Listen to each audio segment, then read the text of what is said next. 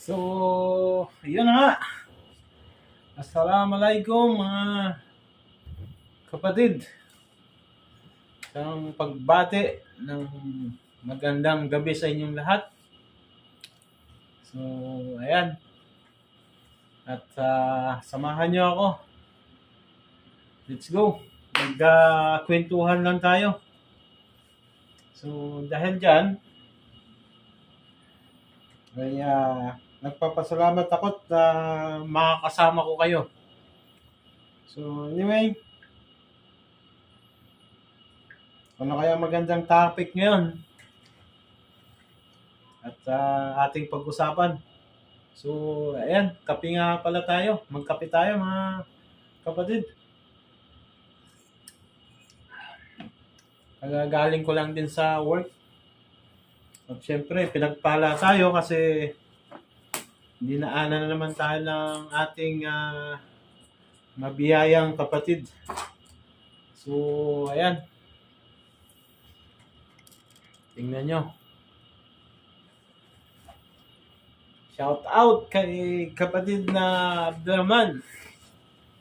So, binigyan na naman niya tayo ng ating what we call this, pinakapaboritong sandwich mula sa Dunk Restaurant. Ayan, no? Sana all. Sana lagi kang pagpalain ng ating puong may kapal. At lagi kang gabayan sa iyong mga ninanais sa buhay. So, thumbs up ako sa iyo, kapatid na Abdurrahman. This is a remix. Prepare for launch in 3, 2, 1.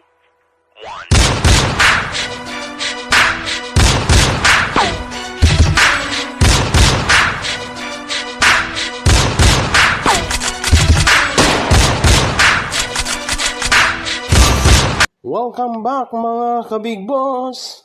Please like, share, and subscribe my YouTube channel, ang The Big Boss 101, ang pobreng Shift TV Sibuyanon channel, and ang Rumblumanon Vloggers.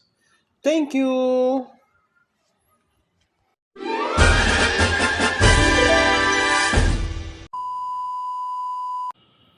Sabi dito ay be careful what you tell to people.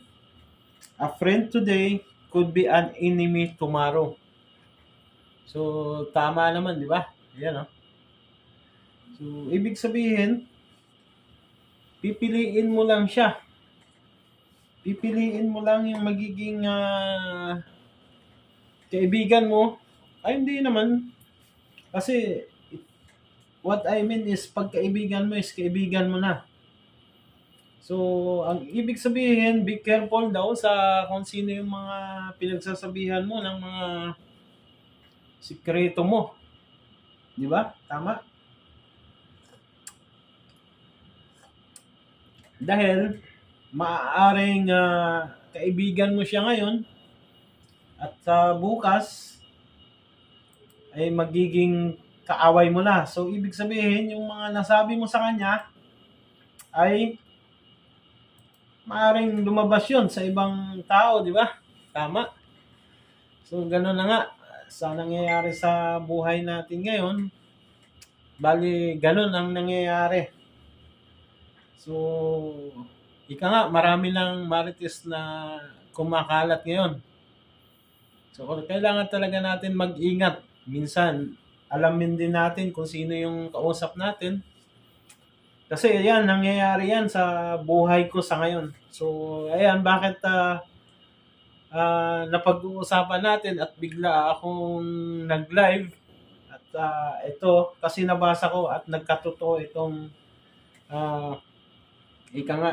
kasabihan na ito. Be careful what you tell people. A friend today could be an enemy tomorrow. So, di ba? So, ikaw, kaibigan, intindihin mo lang din ito at para hindi ka magaya sa nangyayari sa buhay ko ngayon. Kasi sa totoo lang, meron akong nalipatan na bagong tindahan ngayon at nasabi ko sa kanya yung mga saloobin ko at bakit nagpapalipat-lipat ako ganun. At sinabi ko yung mga about sa ginagawa ko sa buhay-buhay dito sa Saudi Arabia gaya ng nag-aaral ako. So nagulat ako at mga ilang araw ay bigla na akong ililipat sa outside. So nag-isip ako, bakit biglang nagkaganoon? At napakaganda naman ng record ko syempre.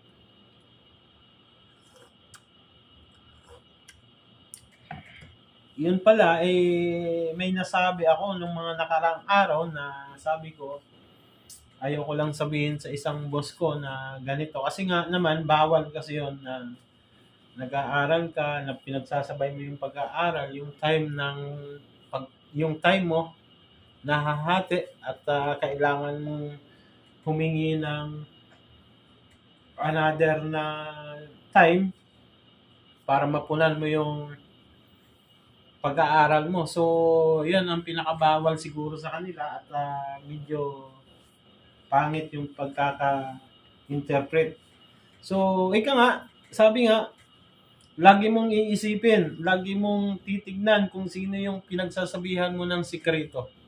O kahit na hindi man sikreto yan o hindi man magiging sikreto yan o kwento ng buhay mo, titignan mo pa rin siya kung kailangan bang pagkatiwalaan yung tao na yun para masasabi mong magiging safe ka sa lahat ng iyong sasabihin dahil hindi natin alam, minsan nadadagdagan na yung kwento.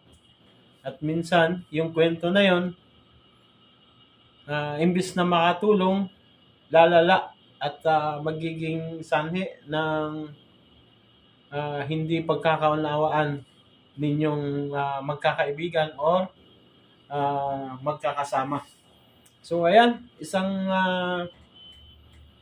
learn to experience buhat sa aking sarili at sana sa inyo din na sana makapulutan nyo ng aral na yung hindi lahat ng kinikwentuhan nyo ay mapagkakatiwalaan. So isa lang yan na ang sa madaling sabi sa mga linggo, sa mga araw na nagdaan ay naranasan ko na ma-struggle. Kasi bigla-biglang malilipat ako sa pinakamalayo, sa pinaka-outside ng Jeddah. Mula dito, sasakay ako ng eroplano, ibubuk ako ng ticket para lang mag-duty doon sa outside na yon.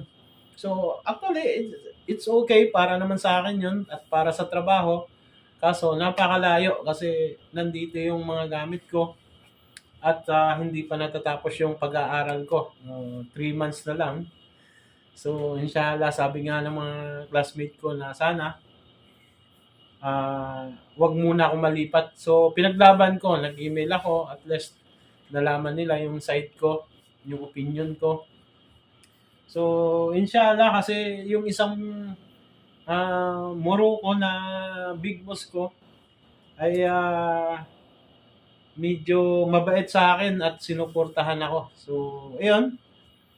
Isang moral lesson na sana sa lahat ng bagay ay lagi nating pag-iisipan kung sino yung pagkikwentuhan natin ng ating talambuhay, saloobin. Kaya mas maigi pang manahimik na lang muna tayo kaysa magkikwento nang hindi natin alam na yun pala ang tao na yun ay magdadala din sa atin ng mga minsan na struggle sa buhay. Yung mga stress na sinasabi. So, ayan. God bless. Good luck. At mula dito sa Saudi Arabia, sa aking kinaroroonan, nagsasabi sa inyong lagi tayong mag-iingat mga big boss. At sana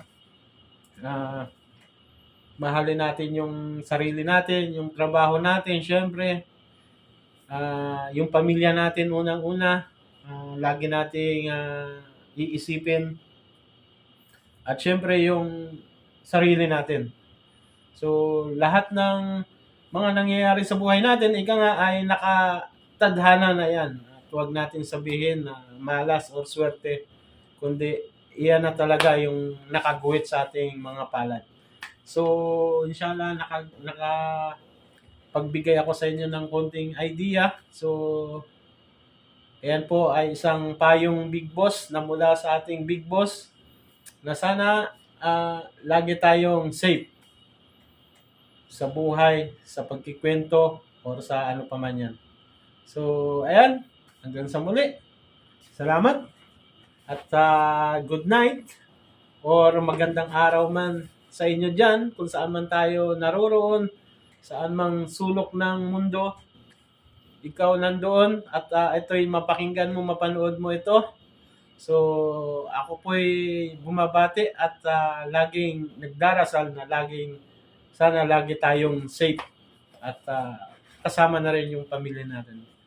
So, yan. Bye-bye. At syempre, kakainin ko muna itong dalang sandwich ng aking pinakamatalik na kapatid na kaibigan. So, dito sa Jeddah, Saudi Arabia. Thank you so much once again sa aking sponsor, kay Bro Abdurrahman. So, ayan. Maraming salamat. Hanggang sa muli. Bye-bye.